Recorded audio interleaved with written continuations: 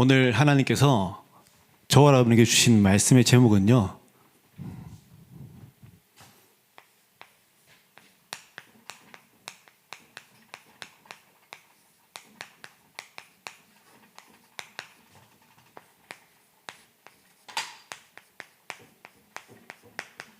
내 인생의 망대를 세우는 자입니다.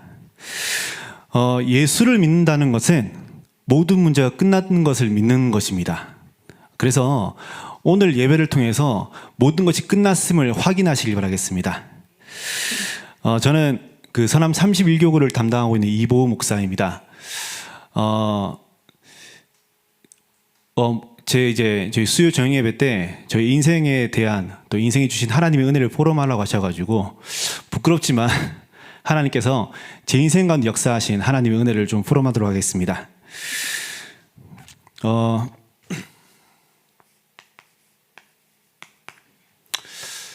이건 제 이야기가 아니고요.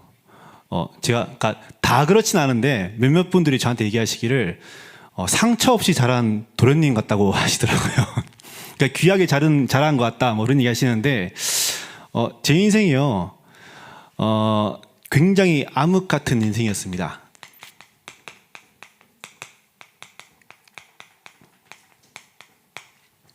뭐 누구나 다 그렇겠죠. 하나님을 알지 못하는 우리의 모든 인생은 암흑 같죠, 그렇죠? 저도 또한 그랬으니까요. 저희 집안이 당연히 그러시겠지만 우상 숭배가 가득한 집안이었어요. 저희 친할아버지께서는 그 교장 선생님이셨거든요. 초등학교 교장 선생님이셨고, 예전에 6.25 전쟁 때 그 전쟁 중에 이제 할아버지께서 학교에 재직 중일 때 전쟁이 났었는데, 그때 학생들의 생활 기록부를 보호했다는 이유로 박정희 대통령한테 이제 표창을 받았던 분이세요. 뭐 그만큼 이제 굉장히 자기 교직에 대한 굉장히 어떤 그게 있으세요. 굉장히, 그리고 유교상에 가득한 짙은 그런 집안에서 저는 자랐습니다. 그래서 아직도 기억나는 게 저희 사촌 형이 한번 그 머리를 반삭발을 해오고, 중학교였대요. 중학생 때 머리를 반삭발로 해서 노랑머리 염색을 해온 거예요.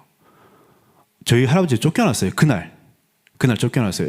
설에 손주가 왔는데 바로 쫓아내시더라고요. 우리 집안에 노란머리는 없다면서. 외국인 같다 나가라면서 막 하시더라고요. 저희 외할아버지께서는 사업을 하셨어요. 사업을 뭐 크게 하신 거 아니고 작게 사업하셨는데, 무당을 섬길 만큼 이렇게 강한 우상 숭배가 강한 그런 집안이었습니다. 그리고 저희 어머니께서는요, 제가 저희 어머니 얘기하면 좀 너무 죄송한데, 저희 어머니께서는 저희 외할아버지께서 어릴 때, 저희 어머니가 어렸을 때 이혼하셨거든요. 이혼하시고 재혼을 하셨어요. 저희 어머니 어렸을 때요. 그래서 저희 집안에 저희 어머니 동생들, 말해서 제 삼촌들이고 숙모죠.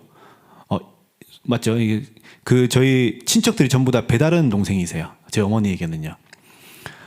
저희 어머니는 계모 밑에 자라셨거든요. 계모 밑에서. 그러니까 이제 계모 밑에 자라면서 뭐 많은 상처들 속에서 굉장히 사랑이 결핍되어 있는 그런 상태였던 것 같아요. 그래서 늘 사랑을 갈구하는 그런 스타일이셨어요. 저희 아버지께서는 또 반대로, 완전 반대로 완전히 공부만 하신 스타일이었어요. 공부를 정말 잘하셨거든요. 잘하셔가지고 제가 그 머리를 따라갔으면 좀 좋았을 건데 그렇지 못해가지고 정말 공부를 잘하셨어요. 그런 그 두 분께서 지금 말해서 사랑을 갈구하는 한 여자와 그리고 사랑을 줄 줄 모르는 한 남자와 결혼을 했습니다. 그래서 낳은 게 저예요. 제가 첫째거든요.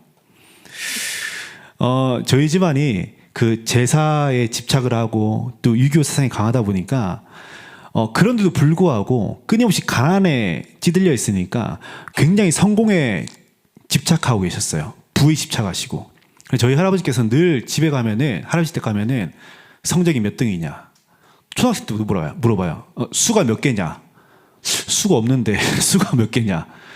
저는 양부터 시작했는데 양이 몇 개냐 그건 안 물어보시고 수가 몇 개냐 이렇게 물어보시고, 중학생 때는 몇 등이냐, 뭐 등수가 몇 등이냐, 늘 저희 아버지랑 짜고 거짓말을 치고 이렇게 했었는데, 그때 그렇게 늘 이제 집착하셨고, 심지어 제가 이제 음악을 한다고 하니까 저희 할아버지께서 서울대를 졸업해서 서울대 성악과를 졸업한 사람들이 현재 가지고 있는 직업들에 대한 리포트를 가지고 오셔서 이거 봐라.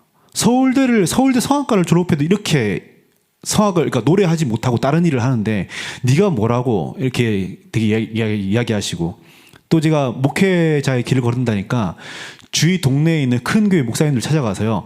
월급 얼마 하냐고 물어보시고 이제 큰 교회 목사님들은 좀 사례를 많이 받잖아요. 그러면 그게 모든 건 줄 알고 할아버지께 너무 좋아졌어요. 우리 보호가 목사가 되면 이렇게 많구나. 그렇게 집장하시면서 그런 반면에 그러면 잘 살아야 되는데 저희 친가 쪽에는요 정신적인 문제가 가득했어요. 그리고 저희 외가 쪽에는요 다 단명하셨거든요. 저희 외할아버지도 일찍 돌아가셨고요. 저희 어머니도 일찍 돌아가셨고요. 저희 이모 또한 일찍 돌아가셨어요. 전부 다요. 제가 다행히 그 어머니 나이를 지금 넘어서서 다행인데 저는 해방받았으니까요. 그런데 다들 일찍 30대 초, 중 아니면 늦게 가면 30대 후반. 저희 할아버지는 50대 때 돌아가셨거든요. 저 어릴 때요. 그렇게 우상 숭배가 가득한 집안에서 자라는 제가 상처가 없을 수 없겠죠. 뭐 당연히 누구나 상처가 있겠지만 저는 모태신앙이 아닙니다. 초등학교 2학년 때 어느 날 어머니께서 늘 일요일 아침 되면 8시에 디즈니 만화동산을 했었어요. 늘 그걸 보고 자랐던 제가 어느 날 7시에 깨우치더니 오늘부터 교회 가야 된다고 저를 데리고 가시더라고요. 그래서 초등학교 2학년 때부터 저는 디즈니 만화동산을 못 봤어요. 그 너무 재밌는 만화동산을 못 보고 교회를 따라갑니다. 저희 어머니께서 처음부터 다락방 교회를 접하셨거든요. 그런데 이유가 있었습니다. 저희 어머니 아버지께서 그렇게 결혼하시고 저를 낳으셨는데 너무 많이 싸우시는 거예요. 얼마나 싸우셨냐면은 360일 중에 한 400일을 싸우세요. 무슨 말이냐? 하루에 2번, 3번씩 싸우시는 거예요. 그러니까 눈만 마주치면은 무슨 파이터처럼 그냥 무조건 싸우시는 거예요. 근데 이 싸움의 정도가 그냥 보통 집안의 티격태격이 아니고요. 말다툼이 아니고 제 동생이 3명입니다. 저랑 똑같이 생긴 여자애 2명이랑 남자애가 1명 있어요. 있는데 가족이 많잖아요. 많다 보니까 좀 큰 집으로 이사 가야 돼가지고 집이 돈이 없는데 불구하고 아버지께서 무리하셔가지고 이제 그 방 4개짜리 전셋집을 아파트를 구했어요. 그게 초등학교 2학년 때 제가 2학년 때 가가지고 1학년 때 이사 가가지고 그때부터 교회를 다녔었는데 그 방문에 지금도 그렇지만 방문이 전부 다 나무잖아요. 나무에 전부 다 칼자국이 나 있어요. 칼자국이 뭐 도끼 자국처럼요.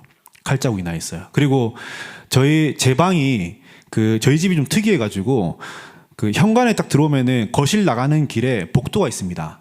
복도가 그 복도에 미닫이 문으로 되어 있는 창고 같은 방이 있어요. 그게 제 방이었거든요. 창문도 없어요. 그 방이 제 방이었는데 그 미닫이 문이니까 다 미닫이고 이제 유리로 되어 있는 거예요. 근데 유리가 다 깨져 버렸어요. 이사 간 지 1년 만에. 저는 초등학교 3학년 때부터 오픈 룸이었어요. 누구든지 제가 뭘 하는지 알고 있고 제 사생활 없는 예수 믿기 전에는요 그냥 다툼이셨거든요. 그런데 예수 믿고 난 뒤에는 저희 어머니께서 네 가문의 영적 문제 뭐 창세기 3장 뭐 이런 얘기를 꺼내시면서 막 이제 싸우시는 거예요. 심지어 저희 어머니께서 저희 아버지랑 결혼하실 때는 사랑했으니까 결혼하셨겠지, 그렇죠? 사랑하시 결혼하셨어요. 결혼하시고 나서 저를 가지신 뒤에 태교가 뭐였냐? 아빠 닮아라 했어요. 아빠 닮아라. 너는 아빠 닮아라. 아빠가 모든 것이 저희 어머니한테 아버지가 모든 것이었거든요. 그러니까 아빠 닮아라. 그랬더니 진짜 아빠 닮은 아이가 태어난 거예요. 똑같은 아이가. 근데 저희 어머니 아버지가 이제 남북처럼 싸우게 되니까 저만 보면 너무 화가 나시나 봐요. 저는 늘 이유 없이 맞았습니다. 밥 먹다가 아빠랑 똑같이 먹는다고 맞고요. 밥 먹고 있는데 계속 뒤통수를 때리세요, 이렇게. 그리고 진짜 많이 뭘 설명할 수 없어요, 이렇게. 설명할 수 없을 정도로 모든 스트레스를 저한테 부시는 거예요. 뭐 TV 보는데 때리고 그 집이 완전히 지옥이었습니다. 저는요. 집이 너무 싫었었어요. 그래서 제가 방황해서 가출을 한 것이 아니고요. 가출을 할 수밖에 없어서 집을 나가본 적도 있고요. 심지어 어느 날은 제가 자고 있는데 제가 초등학교 5학년 때인가 자고 있는데 제 목을 밟으셨어요. 목을 자고 있는데 이렇게 말씀드리면 제가 저희 어머니 너무 이상하게 생각하는데 저희 어머니 전도자셨습니다. 생명도 살리시고 가정의 변화도 일으키시고. 한 번은 제가 기억나는 게 할머니 댁 갔다가 집에 가는 길에 그 고속도로에서요. 갓길에 차를 세워놓고 저희 어머니 아버지가 그 왕복 8차선 도로를 뛰어나가셨어요. 새벽에. 같이 죽자고. 그 새벽 되면은 아시죠? 덤프트럭도 왔다 갔다 하잖아요. 그렇죠? 그 일반 차들 안 가요. 덤프트럭들이 막 180씩 막 밟고 하는데 거기를 그냥 뛰쳐나가신 거예요. 저랑 동생들 보는 앞에서. 그리고 저희 어머니 화나시면은 막 새벽 4시까지 저희 아버지를 안 재우세요. 안 재우시고 계속 가문의 영적 문제를 계속 얘기하세요. 너가 아버지의, 너가 어머니의 이러면서 얘기하세요. 그러면 저희 아버지가 아니 보통 사람도 새벽 4시까지 뭐 하면 힘든데 새벽 4시까지 자꾸 자기 엄마 아빠 욕하는 걸 듣고 있으니까 이제 답답하고 화가 나시잖아요. 저희 아버지가 화를 잘 안 내시거든요. 화를 안 내는 대신 내면에 화가 많으세요. 눈이 빨개지시는 거예요. 빨개지니까 근데 이제 저희 어머니께서 아버지를 안 재우시면서 아버지만 안 재우면 되는데 저희 다 안 재우세요. 안 재우고 다 들으라고. 듣고 있으면은 제 아버지가 눈이 빨개집니다. 빨개지는 거 보면은 저희를 툭 치면서 저거 봐라. 사탄의 역사라면서. 지금 사탄의 내면에 바라보고 있다면서. 심지어 저번에 한 번은 예전에 제 어머니가 제 고등학교 때 저를 따로 부르시더니 야, 니네 아빠가 사탄의 자식이라고. 왜 그러니까 네가 아빠 뱀띠라면서. 그게 농담인지 진담인지 모르겠지만 그렇게 말씀하셨어요. 근데 교회에서는 사망인자셨거든요. 중고등부 랩런트들이 제 또래 랩런트들이 저희 어머니와 상담받기 위해 줄을 섰어요. 정말로요. 그리고 제가 아직도 기억납니다. 교회에서 어떤 한 남자분께서 목사 주기에 칼 들고 뛰어온 사람이 있었어요. 칼 들고 뛰어오신 분. 그러니까 아내가 계속 이제 밖에 나가서 교회에서 살고 교회에서 요리하고 교회 청소하고 교회에서 예배하고 하니까 집을 다 이제 어디로 놓으니까 이게 도대체 뭐 하냐 싶어서 오신 거예요. 저희 어머니가 그분 만나갖고 복음 전하시고 그분 지금 교회 장로님이세요. 완전 다 무너진 가정 살리시고 완전 다 무너진 랩런트들 저희 엄마만 보면 눈물 흘려요. 저한테 늘 얘기해요. 보여 너 너무 부럽다고. 왜? 너 네 엄마가 네 엄마잖아. 무슨 모르는 소리를. 그게 너무 공감이 안 되어지는. 저는 저희 엄마가 사실 제 목을 밟은 건 사실 기억이 안 나요. 제 동생들이 기억을 해요. 지금도 얘기를 하는 동생들이요. 울면서 저한테 울면서 오빠야 어릴 때 엄마가 오빠 목을 밟았다면서 아 그래 내가 그렇게 거북목인가 얘기를 하는데 저는 그런 거에 상처받은 게 아니고요. 그 가정의 엄마 아빠와의 그런 문제들 그런데 교회에서의 모습들 저희 아버지는 학교에서 되게 신사적인 교사셨거든요. 저희 아버지는 술도 못 하세요. 담배도 안 피시고요. 회식을 안 하세요. 저희 어머니가 제발 부탁한테 좀 나가라고 할 정도로 늘 아침 8시에 나가시면은 5시에 퇴근 집에 들어오세요. 저 그게 지옥인 거예요. 안 들어왔으면 좋겠는데 아빠가. 안 들어오면 안 싸우는데 계속 끊임없이 꾸준히 들어오시니까 계속 싸우는 거죠. 이 모든 게 이제 상처인 거예요. 그래서 제가 어릴 때요. 엄마한테 복수한다고 그러면 안 되겠지만 제가 이만은 울산교회 출신입니다. 아마 다 아실 거예요. 그분이 계신 분들은. 제가 헌금 봉투에 70원을 넣어놓고요. 그 당시에 50원, 10원짜리 2개 넣어놓고 저희 어머니가 신언주 집사거든요. 신언주 집사 감사헌금에서 내놨어요. 그래서 이만한 울산교회는 지금은 모르겠지만 예전에는요. 예배 1부 예배 끝나면은 헌금 봉투 다 걷어가지고 성도가 몇 명 안 되니까 감사 헌금 내용을 목사님이 다 읽으셨거든요. 읽으셨는데 그 봉투 꺼내서 딱 꺼냈는데 딸랑딸랑 거리는데 신원주 집사인 거예요. 제가 거기다 기도 제목에다 예수님 짱짱짱 이렇게 적어놓고 복수한다고. 또 그날 또 뒤지게 맞고 그랬는데 저는 제 어머니가 너무 무서워가지고요. 되게 무서운 분이셨거든요. 그래서 반항하는 게 두려워서 계속 저를 무너뜨렸어요. 학교에서는 공부 안 하고 학업을 포기해버리고요. 교회에서는 계속 사고치고요. 하나님을 되게 원망했습니다. 하나님을요. 왜 원망했냐면은 아니 예수 믿으면 행복해야 되는 거 아닌가요? 예수 믿으면 예수가 모든 문제 해결 하는데 하도 많이 들었으니까요. 반문하는 거예요. 예수 믿으면 행복해야 되는 거 아니야? 왜 나는 행복하지 않지? 예수를 믿는데 오히려 더 힘든 거예요. 차라리 이 영적 문제를 몰랐으면은 이 영적 세계를 몰랐으면 엄마 아빠가 그렇게 안 싸웠을 것 같은데 엄마가 가문의 영적 문제 들이밀면서 너가 엄마 아빠 하면서 얘기하면서 안 했을 것 같은데 이걸 알아버려서 저희 어머니가 맨날 앉아서 너가 아빠 가정이 어떤 가정이냐는지 하면서 창세기 3장부터 쭉 얘기하시는데 그걸 전 늘 들었거든요. 그러한 제 인생 가운데 저를 건져낸 거는요, 복음이 아니었어요. 오직의 복음이었습니다.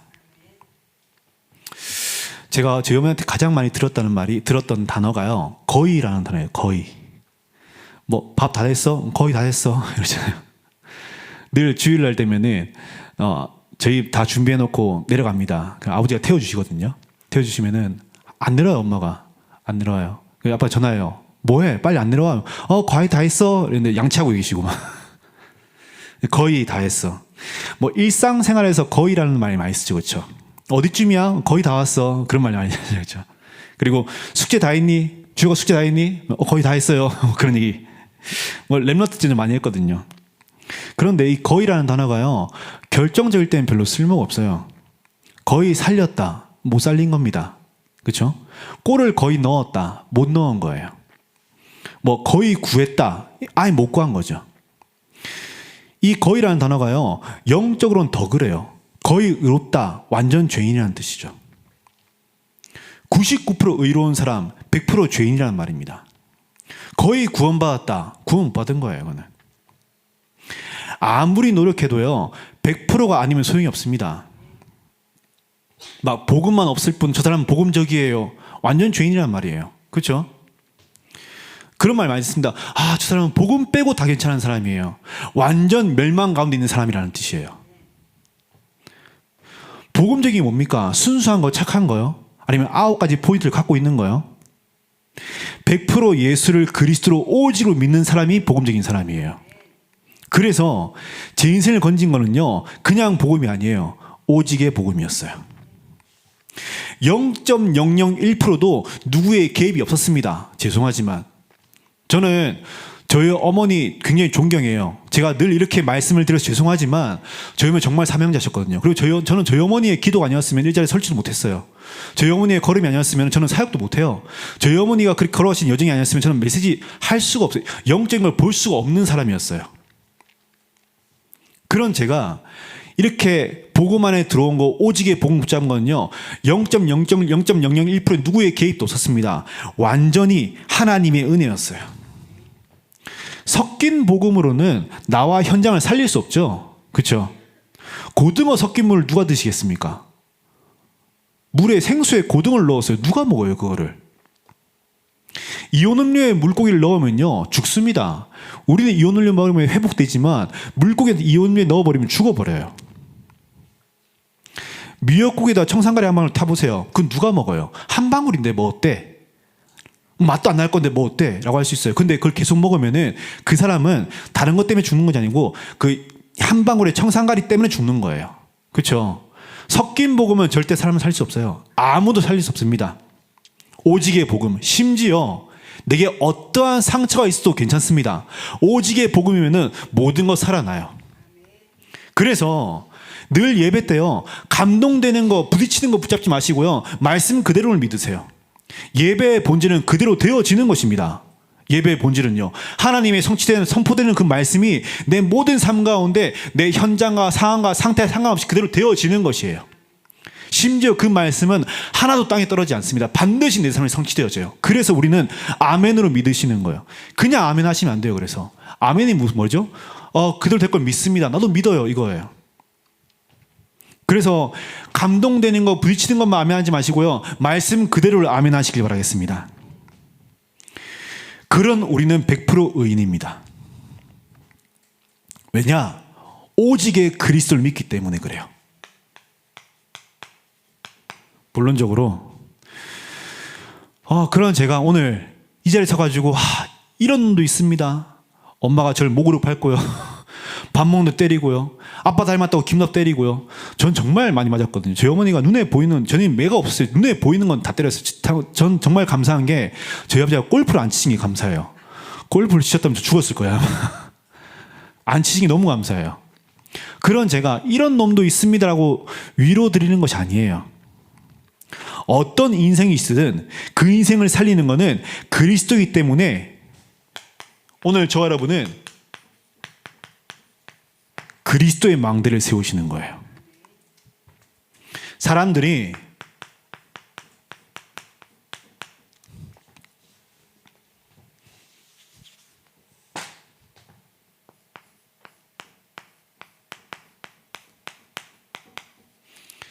다 가지고도 지는 이유가 있습니다.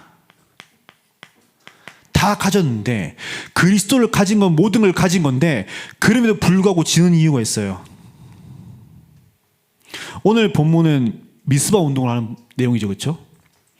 이스라엘 백성들이요 다 가지고 있음에도 전쟁에 패했습니다. 뭘 다 가졌습니까? 언약궤를 가졌잖아요. 5장에 보시면 오늘 읽지는 않았지만 그 전에 5장에 보시면요 블레셋에게 언약궤를 빼앗겨버려요. 왜 블레셋 빼앗냐? 아니 블레셋이 보니까 이스라엘 백성들이 언약궤를 가지고 홍해를 건너요. 여리고를 무너뜨려요. 그런 수많은 일들이 언약궤 때문에 일어난 줄 알고 이거 뺐으면 우리가 강대국이 되겠구나 싶어가지고 전쟁을 일으킵니다. 그리고 그 자리에 하나님이 개입하지 않으세요. 아무것도 개입하지 않으세요. 그래서 이스라엘 완전히 철저히 패해버려요. 근데 그러면 블레셋이 강대국이 돼야 되는데 6장에 보시면 계속 망해요. 문제가 일어나요. 그래서 블레셋의 무당들이 모여가지고 이게 뭐냐라고 고민하고 회의를 해요. 지들끼리. 회의하는 결과가 뭐냐? 언약궤를 돌려보내야 된다는 거예요. 이거 갖고 있으면 안 됩니다. 블레셋 왕이 그래요. 이거 갖고 있으면 안 돼요. 돌려보내야 돼요. 그래서 그 블레셋이 언약궤를 돌려보냅니다. 이스라엘에게요. 그런데 오늘 읽지는 않았지만 1절부터 2절에 보시면요. 그 이스라엘이 그 돌려받은 언약궤를요. 20년 동안 방치해버려요. 그리고 뭐 하냐?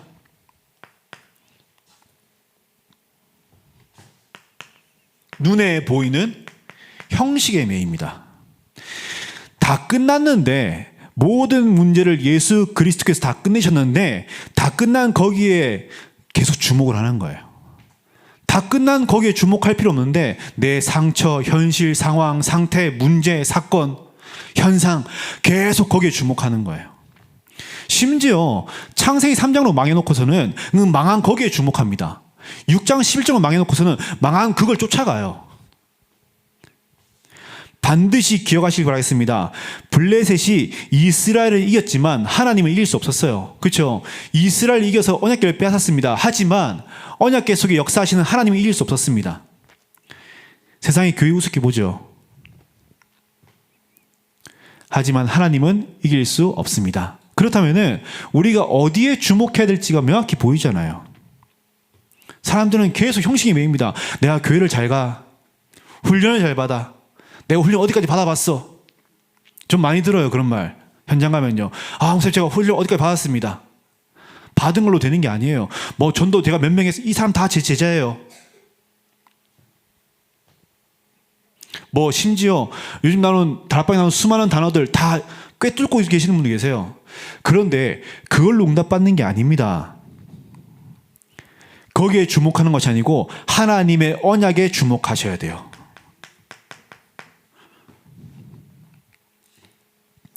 이게 안 되어지니까 영적으로 완전히 무감각해져요.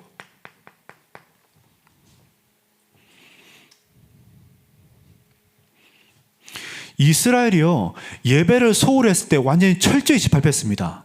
다시 반대로 다윗 시대 때 예배를 회복했을 때는 완전히 최고의 위엄을 가지게 되었어요. 그러면은 우리가 어디에 초점을 둬야 됩니까?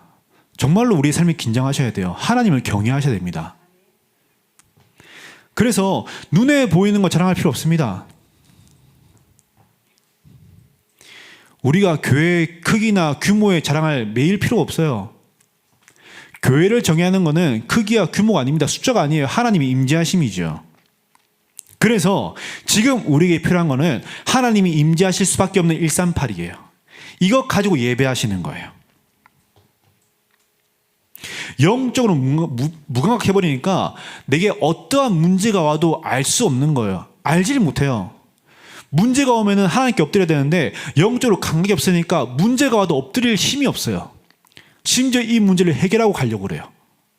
수고하고 무거운 짐진 자를 다 내게로 오라. 내가 너를 쉬게 하리라 하는데 우린 자꾸 그 수고하고 무거운 짐들을 가지고 갑니다.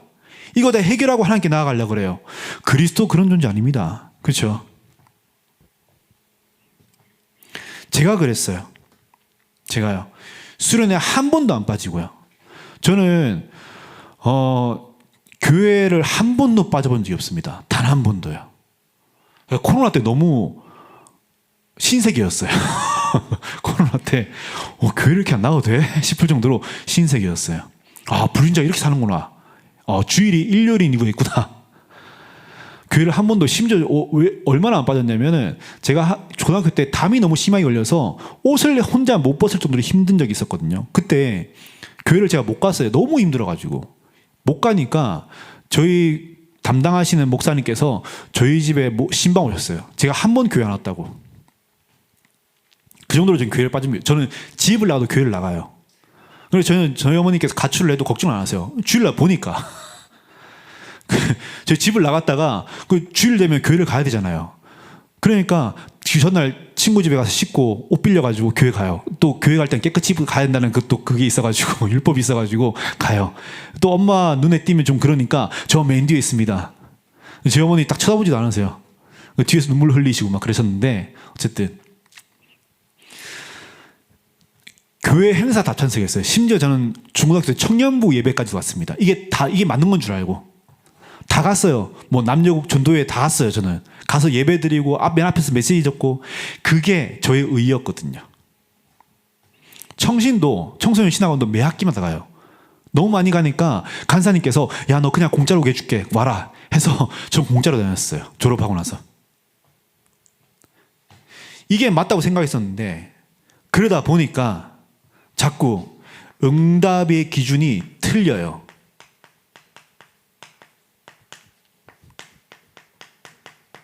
틀린 응답의 기준 되는 거예요. 그리고 이것으로 삽니다. 어떻게 하냐? 내가 교회 열심히 가고 헌신하고 봉사하는 걸로 내 삶의 모습이 좀 바뀌어질 걸 기대해요. 성도님들이 보험 많이 변했네. 야, 복음 은혜 받았나 보다. 그 말에 막 귀 기울이고 그거 듣고 싶어하고 메시지 들리지도 않는데 뭐 계속 적어요. 뭘 적냐? 주보 옆에 주보 말씀, 주보 얘기. 뭘 적긴 적어야 되는데 잘 모르겠으니까 주보 적어요. 계속 받아 적어요. 그거 보면서 사람들 은혜 받다 하고 막.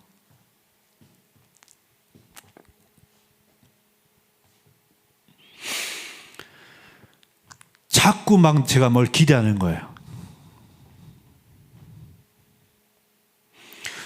경제도 그대로이고 부모님도 그대로예요. 근데 그러니까 내가 바뀔 기대하는 거예요. 내가 바뀌어야지만 우리 가정에 하나님의 은혜가 있다는 것을 사람들이 좀 알 수 있지 않을까. 막 그렇게 기대하는 거예요, 제가. 그리고 저는 영웅이 되는 게 응답인 줄 알았습니다. 전 고등부 때 회장이었거든요. 원래 뭐 목회자 다 이제 기본 회장하잖아요, 그렇죠? 회장하고 찬양인도도 하고 그러다 보니까 학업에 증거함이 있어야 되지 않겠나 싶어가지고 그게 응답인 줄 알고 열심히 공부했어요. 그리고 막 전도도 막 하려고 하고요. 그래서 친구를 많이 데리고 와야지만 좀 보호 역시 대단하다 뭐 이런 말 듣고 싶어가지고. 틀린 기준. 뭐가 응답입니까? 뭐가요? 교회 다녔더니 경정답 받고 교회 다녔더니 예배 드렸더니 자녀가 바뀌고 남편이 변화되어지고 이게 응답입니까? 아니요. 그리스도가 응답입니다. 그래서 저와 여러분은 그리스도가 모든 것이 되어지는 파수망대의 삶을 사시길 바라겠습니다. 사무엘 이전에요. 기드온, 삼손, 오니엘 같은 영웅 같은 인물들이 있었습니다. 하지만 그 누구도 하지 못했던 사역을 사무엘이 해내요. 그게 미스바 운동이죠. 말씀 운동을 시작한 거예요. 미스바의 단어의 뜻 자체가 망대입니다. 망대요. 사무엘은 망대 운동을 한 겁니다. 교회가 교회다워지고 내가 나다워지는 것은 말씀 운동밖에 없습니다. 그래서 하나님이 주신 말씀 속에서 내가 어떻게 파수망대의 삶을 사느냐? 간단해요. 하나님을 인정하시면 돼요. 하나님을 인정한다는 것은 그렇구나 하나님이구나가 아니고요. 하나님이 주신 그 길이 내 길이며 하나님이 주신 축복이 내 배경임을 인정하시는 거예요. 즉 말해서 내 길과 삶에 주목하는 것이 아니고 이것을 허락하신 하나님을 인정하시는 겁니다. 창세기 45장에 보시면요, 요셉이 나옵니다. 요셉 아시죠? 형들이 노려 팔았어요. 감옥 갔습니다. 그리고 애굽의 총리가 되었어요. 그리고 형들을 만나죠. 형들을 만나서 형들이 얼마나 무서웠겠어요. 얼마나 두려웠겠어요. 그때 그런 형들을 보고 뭐라 그러죠? 형들이 날 판 것이 아니고 하나님 날 앞서 보내신 것이다. 요셉은요, 자신의 길에 주목하지 않고 이것을 허락하신 하나님을 바라봤습니다. 그리고 그 하나님을 인정해버렸어요. 이 당시의 사사시대의 영적 상태가요, 하나님을 인정하지 않아요. 그러다 보니까 하나님을 경외하지 않습니다. 얼마나 경외하지 않느냐? 멸시해요. 그 멸시의 증거가 자기의 소견대로 행해요. 그래서 말씀이 희귀합니다. 사무엘상 3장 1절에 보시면요, 하나님께서 사무엘을 부르십니다. 사무엘아. 그런데 사무엘이 한 번도 하나님의 음성을 들어본 적이 없는 거예요, 엘리에게서. 그래서 다시 반문해요. 누구냐고. 그 정도로 말씀이 희귀했어요. 예배가 완전히 껍데기예요. 경건의 모양만 있고요. 그런데 반대로 그들은 스스로가 자신들이 하나님의 자녀라는 것에 자부심을 갖고 있어요. 선민사상이라는 거. 그래서 막 교회도 오고 예배도 드려요. 근데 현실은 어떻냐? 오늘 말씀처럼요, 바알과 아스타롯을 들고 뜁니다. 바알과 아스타롯. 그래서 우리가 파수망대의 삶을 살기 위해서요, 뭐하냐? 오직에 집중하시는 거예요.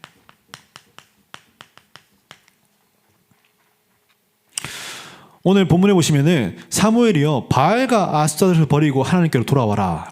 미스바로 와라. 와서 바알과 아스타롯 다 던져버리고 하나님께로 돌아와. 라고 얘기를 해요. 그 바알과 아스타롯이 번영과 풍요를 뜻합니다.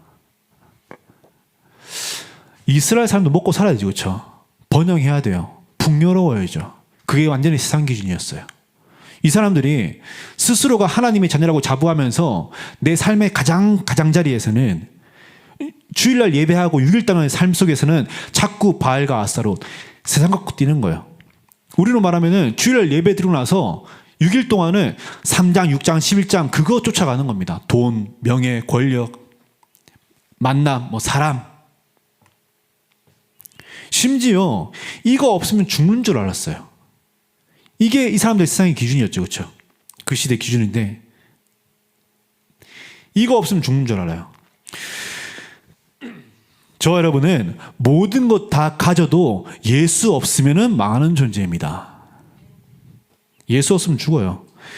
갓난아기 앞에 갓난아기에게 필요한 수많은 것들이 있어요. 유모차, 귀저귀, 분유, 등등 많은 것들이 있어요. 그런데 아무리 많은 것들이, 심지어 육아템들이 정말로 화려하게 있다 할지라도 부모가 함께 있지 않으면 아무것도 못해요. 그렇죠? 어떻게 갓난아이가 혼자 분유를 타 먹겠습니까? 어떻게 기저귀를 혼자 갈아요? 어떻게 내가 유모차를 탑니까? 스스로요. 엄마가 다 해줘야 돼요. 내가 모든 것 다 갖고 있다 할지라도 하나님 나와 함께 하시지 않으면 우린 죽습니다. 그런 존재예요. 그래서 우리의 연약함이 적나라하게 나타났을 때는 하나님이 주시는 완벽한 기회입니다. 하나님이 나와 함께 하시는 것이 모든 것임을 깨달을 수 있는 완벽한 기회예요. 이 맛을 보셔야 돼요. 이 맛을 보기 위해서 문제가 와야 한다면은 오라 이거예요. 맞닥뜨리세요. 저와 여러분은 문제가 전혀 없는 삶을 사는 게 목적이 아닙니다. 진짜 예수가 그리스도라는 사실을 체험하는 것이 우리 인생의 목적입니다. 그래서 오직에 집중하세요. 바알과 아스타롯 버리고 내 모든 세상 기준을 버리고 하나님께로 나아가세요. 그게 오직이에요. 이러한 우리를 하나님께서는, 이 비밀을 깨닫는 우리를 모든 현장을 살릴 망대로 세우십니다. 그리고 그 모든 현장 속에서 진짜 응답이 무엇인지를 증거하길 원하세요. 이제 앞으로는 다른 건 말하면 안 되는 시대입니다. 예수 믿고 병이 나았다. 정신병 치유되었다. 경제 문제 해결되었다. 그런 간증 많이 하죠, 사람들이. 그렇죠? 그런데 성경에서 말하는 응답은 아닙니다. 그거 자꾸 응답이라고 하면요, 나중에 과학과 의학이 발전해가지고 내가 예수 안 믿어도 정신 문제를 약으로 치유할 수 있고, 내가 가진 질병이 어느 날 의학이 발달해서 그걸 약만 먹어도 치유할 수 있고, 또 복지가 너무 발달해가지고 돈 없이 살 수 있는 시대가 오면은 그때는 뭐를 응답이라고 말하겠냐고요. 그렇잖아요. 아니, 옛날에는 감기에만 걸려 죽었는데 그 감기 걸린 사람들이 예수 믿고 감기 나았어 라고 말할 수 있습니다. 근데 지금 시대에 감기 걸린 사람이 예수 믿고 감기 나았어라고 간증하는 사람 누가 있어요? 100년 전에도 100년 후에도 응답이 아닌 건 응답이 아닙니다. 기도 안 하고 하버드 간 사람 많아요. 그렇잖아요. 아니, 심지어 그 모세가 홍해를 나올 때에, 애굽을 나올 때에 그 애굽의 무당들도 모세가 하는 건 다 따라했어요. 뭐 지팡이를 뱀으로 만들고 다 따라했습니다. 뭘 따라 못했죠? 문설주에 피 바른 그날. 장자의 죽음은 막지 못했습니다. 즉 말해서 그리스도는 그 누구도 막을 수 없는 거예요. 그래서 저와 여러분은 굶어 죽지 않겠지만 굶어 죽어도 오직 그리스도 되셔야 돼요. 이게 진짜 응답이에요. 하나님의 모든 것이 그리스도입니다. 그리스도를요, 우리가 종합 선물 세트로 착각하면 안 돼요. 뭐 예수를 믿었더니 자녀가 잘 되고 취직이 잘 되고 경제 응답 받고 질병 해답 받고, 이게 아닙니다. 죄 문제 해결하는 것이 모든 것이에요. 그렇잖아요. 마귀 문제 해결하는 것이 모든 거예요. 하나님과 함께 하는 것이 모든 것인데 이 세 가지 문제를 해결하신 분이 그리스도입니다. 그래서 그리스도는 모든 것이에요. 그리스도 가진 게 다 가진 것이고요. 이 말을 들을 남을 자들이 현장에 있다는 거예요. 그래서 모든 현장 가운데 진짜 응답을 알리는 망대가 되셔야 돼요. 이 그리스도를 모든 것으로 깨달은 자에게 하나님이 주신 축복이 오직 하나님의 나라입니다. 그리스도가 모든 것이 되어지면은 하나님의 나라는 임합니다. 하나님의 나라는요, 국가적 개념이 아닙니다. 하나님의 나라는요, 통치하시고 다스리시는 하나님의 지극히 개인적인 정말로 그 거룩한 영역이에요. 그 통치하시고 다스리심이 중요한 이유가 있습니다. 우리가 자꾸 사탄의 망대에 속아서, 그래서 그래요. 예수를 진짜로 믿으면은 하나님의 나라가 뭔지를 알게 되어집니다. 어떻게 알 수 있습니까? 예수 믿으면은 우선순위가 바뀌어요. 그렇죠? 예수 믿으면은 목적이 바뀝니다. 예수 믿으면은 기준이 바뀌어 버려요. 예수 믿으면은 선택이 바뀝니다. 이게 하나님 나라 화예요. 이게 보좌화고요. 그리고 예수 믿으면, 그래서 보좌화 되어지면은 갈라디아서 2장 20일 되어지는 거예요. 나는 죽어요. 예수만 사는 것이죠. 그래서 우리가 간증할 때에 저 사람 예수 믿은 사람 대단해, 이게 아니고 그 사람 통해서 예수가 모든 것임이 드러나야 돼요. 이게 깨달아지셔야 되고요.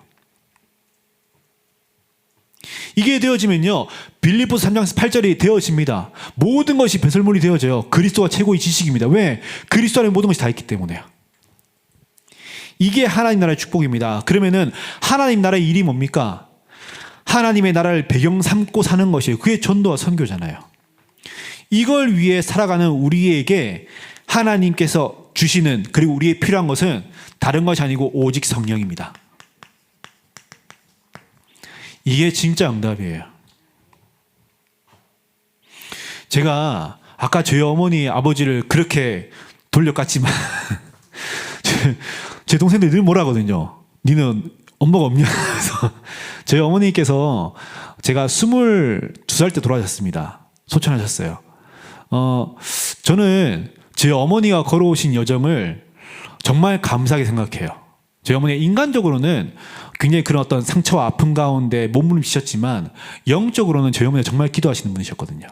그리고 진짜 전도운동 하시는 분이셨어요. 그래서 저는 저희 어머니가 걸어가시던 그 길을 보면서 참 감사합니다.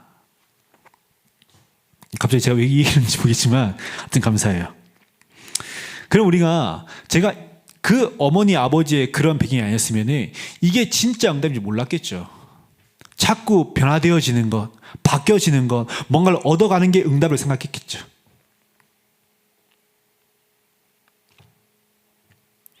그래서 오직 성령이 응답이 되시길 바라겠습니다.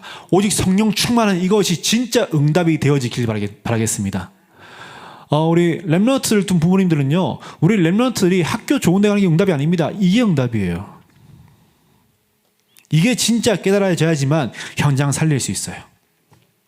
그래서 진짜 하나님의 나라의 일을 위해서 살길 원하는 사람들은 기도 제목이 하나밖에 없습니다. 성령 충만이요. 성령 충만하지 않으니까 자꾸 내 상황과 현실과 문제와 염려, 이 모든 것들을 인식해요. 문제로 인식하죠. 그래서 염려하지요.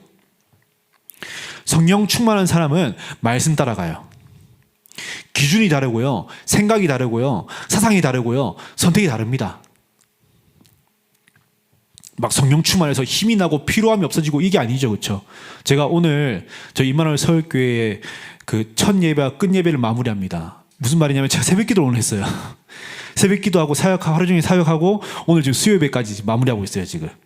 그런 제가 뭐 힘이 나서 펄펄 날뛰고 뭐 그게 성령 충만입니까? 아니죠.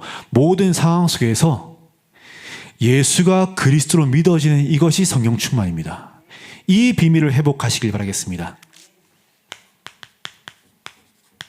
결론 드리겠습니다. 그러한 우리가 여전히 전쟁 같은 우리의 삶 속에서 뭐 하시냐? 하나님을 향한 믿음의 고백을 드리는 거예요. 저는 이렇게 살아왔어요. 상처 가운데, 우상 숭배하는 가정에서. 그리고 뭐 그렇게 상처받았으면 뭐 돈이라도 말아야 되는데 그것도 없고요. 가진 것도 아무것도 없고 빚밖에 없고요. 저희 어머니가 아버지랑 싸우실 때마다 그릇을 그렇게 사시더라고요. 저희 집에 그릇 필요 없는 그릇장이 2개나 있었어요. 그릇이 엄청 많았었거든요. 저희 집에 나중에 이사할 때 그릇 버리는 게 정말 너무 힘들었어요. 그 그릇을 다 어떤 돈으로 카드 빚으로 사신 거거든요. 전부 다.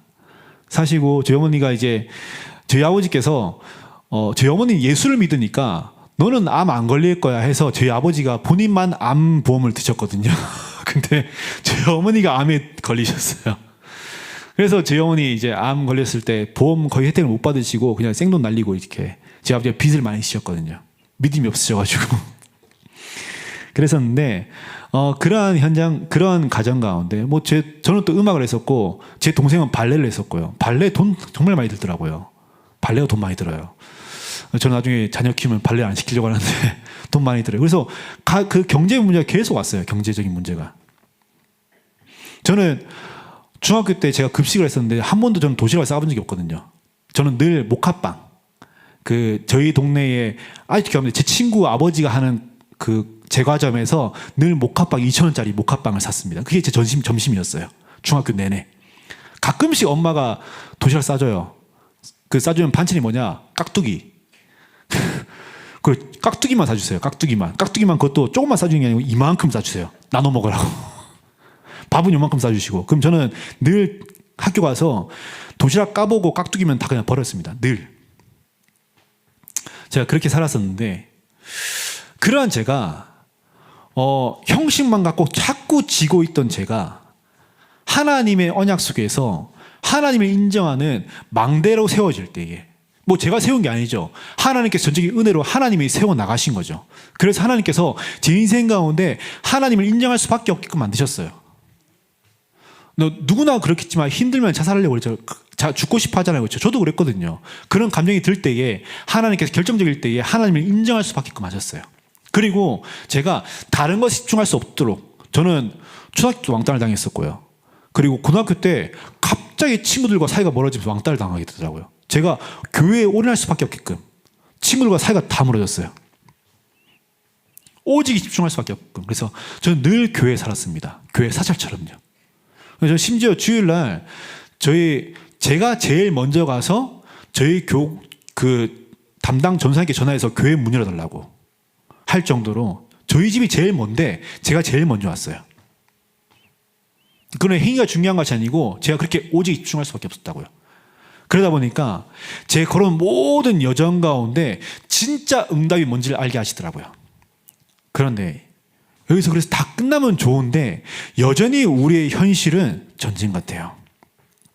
오늘 제가 읽었던 본문에 7절에서 11절 보시면요. 블레셋과 전쟁이 일어납니다.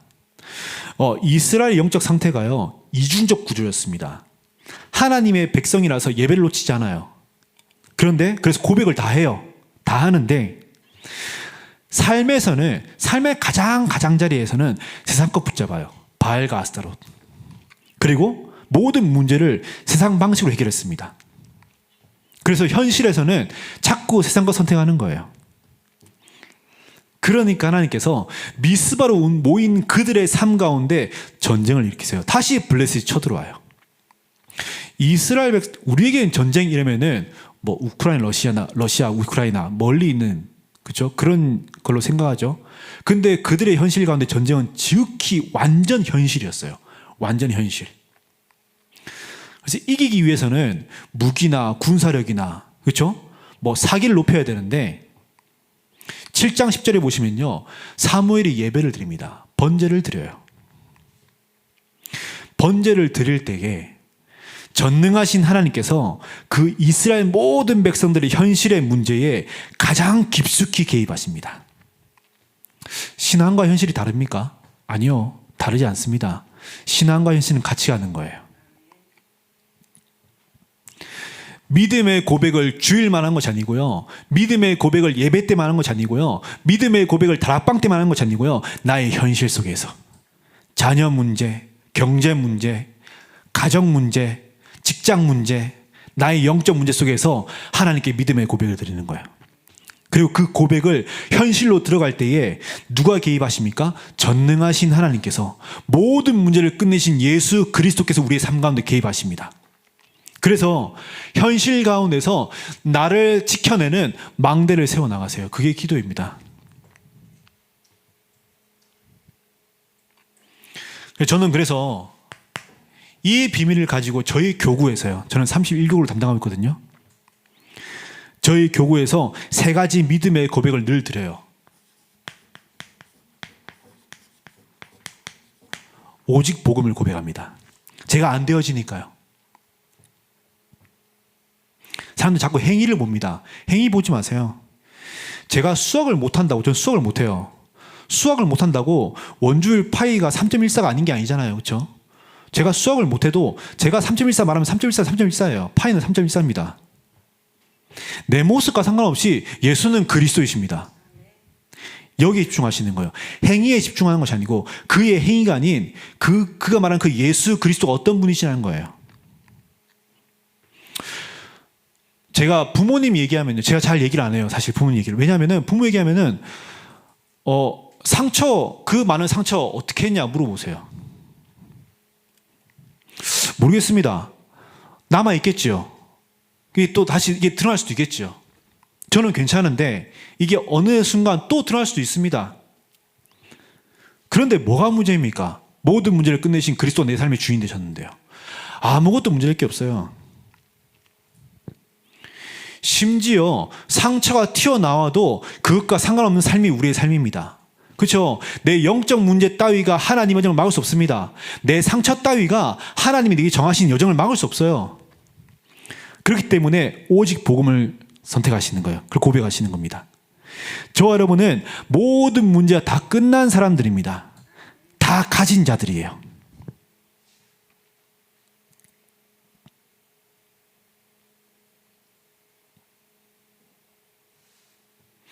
뭐 그럼 막 살면 됩니까? 아니요. 막 살라는 말이 아니죠. 방종하라는 게 아니에요.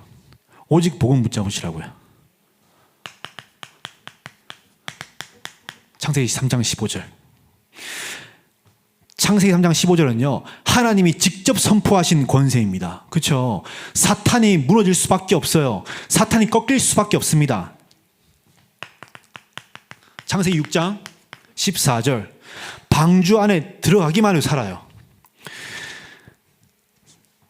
산에 배를 짓는 게, 산 꼭대기에 배를 짓는 게 감동이 되든 안 되든 거기에 들어가면 사는 거예요. 말씀이 내게 감동이 되든 안 되든 부딪히든 안 부딪히든 내가 그걸 붙잡으면 사는 겁니다. 실컷 방주 욕하고 비난하고 비판하고 안 탄 사람은 다 죽었어요. 절대로 홍수를 이길 수 없습니다. 방주를 내가 탄다는 것은 홍수를 이길 수 없음을 인정하는 것이잖아요. 그렇죠? 내가 말씀을 붙잡는 것은 하나님을 인정하는 것입니다. 말씀 붙잡으세요. 오직 복음하세요. 이때 살아나는 것입니다. 출애굽기 3장 18절. 문설주에 피 발라야 사는 거예요. 하나님께서 문을 열고 들어가셨는데 그 안에서 뭘 하든 상관없어요. 뭐 술을 마시든 담배를 피든 예배를 드리든 아무 상관없어요. 그냥 문설주에 피 바른 그날 살아나는 거예요. 어차피 다 죄인이에요. 막 살라는 게 아닙니다. 본질을 흐리면 안 됩니다. 방종은요, 막 사는 게 방종이 아니고요. 예수가 모든 것인데 그걸 알면서도 모든 문제 속에서 예수를 붙잡지 않는 그게 막 사는 거예요. 그게 방종이에요. 하나님 보시기에.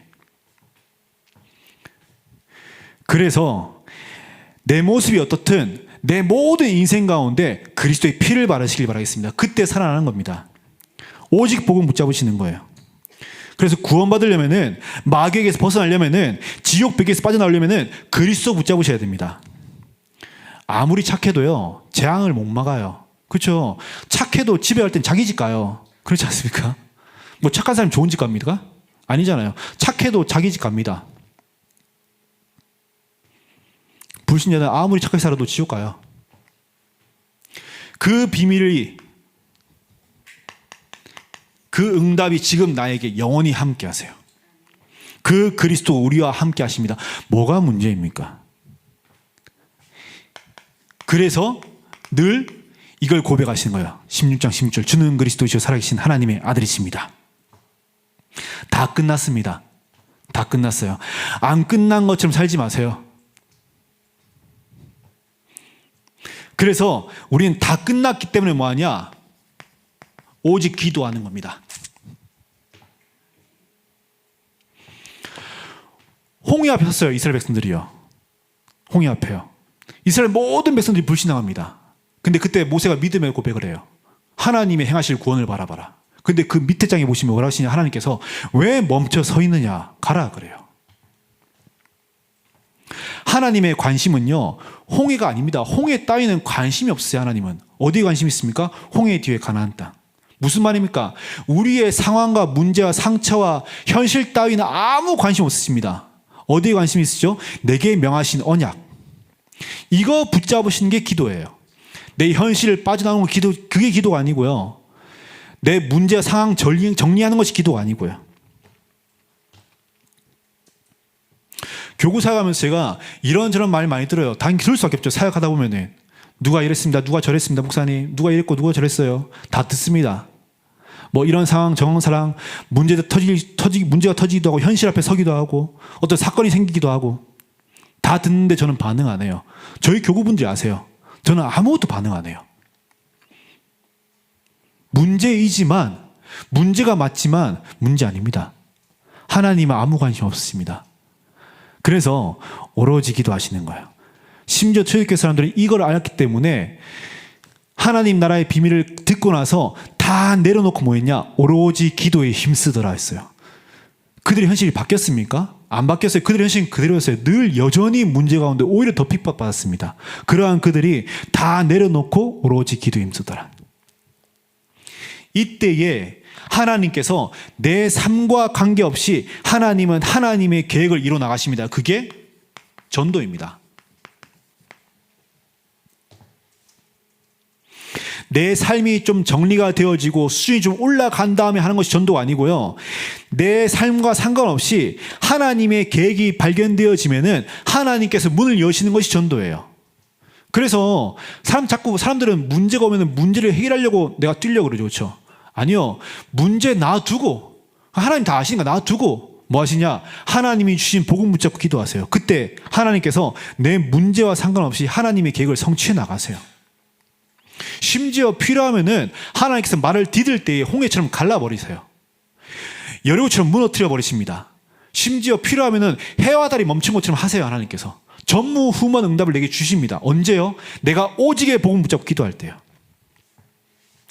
이것이 내 삶에 나의 현실 가운데 믿음으로 고백되어지셔야 돼요. 그래서 소망의 수준을 바꾸시길 바라겠습니다. 오늘 저와 여러분이 이러한 망대를 세워 내 인생 가운데 하나님이 원하시는 미스바 운동을 회복하시길 바라겠습니다. 그래서 내 현실과 상관없이 아마 저를 잘 아시는 분들은 뭐 어떤 상황이나 상태, 뭐 행위, 뭐 모습, 의 이런 거 생각하면은 저는 가장 이 자리에 설 자격이 없는 사람이에요. 근데 저는 확신해요. 하나님께서 제 상태와 상관없이 하나님의 언약을 이루어 나가세요. 그건 제 상태, 하나님의 언약이 그만큼 가치 없는 언약이 아닙니다. 그렇죠? 제 상태나 현실에 무너질 만큼, 막힐 만큼 그런 힘없는 언약이 아닙니다. 상관없이 하나님의 이루어 나가세요. 그러면은 우리가 주목해야 될 것은 현실과 상황과 상태가 아닌 하나님의 언약이에요. 그 언약을 바라보는 망대. 이게 되어질 때에 하나님께서 내가 하는 모든 현장 가운데 빛을 비출 파수꾼으로 세워나가실 것입니다. 오늘 저와 여러분이 이 응답을 회복하는 축복의 시간 되시길 간절히 기도하겠습니다.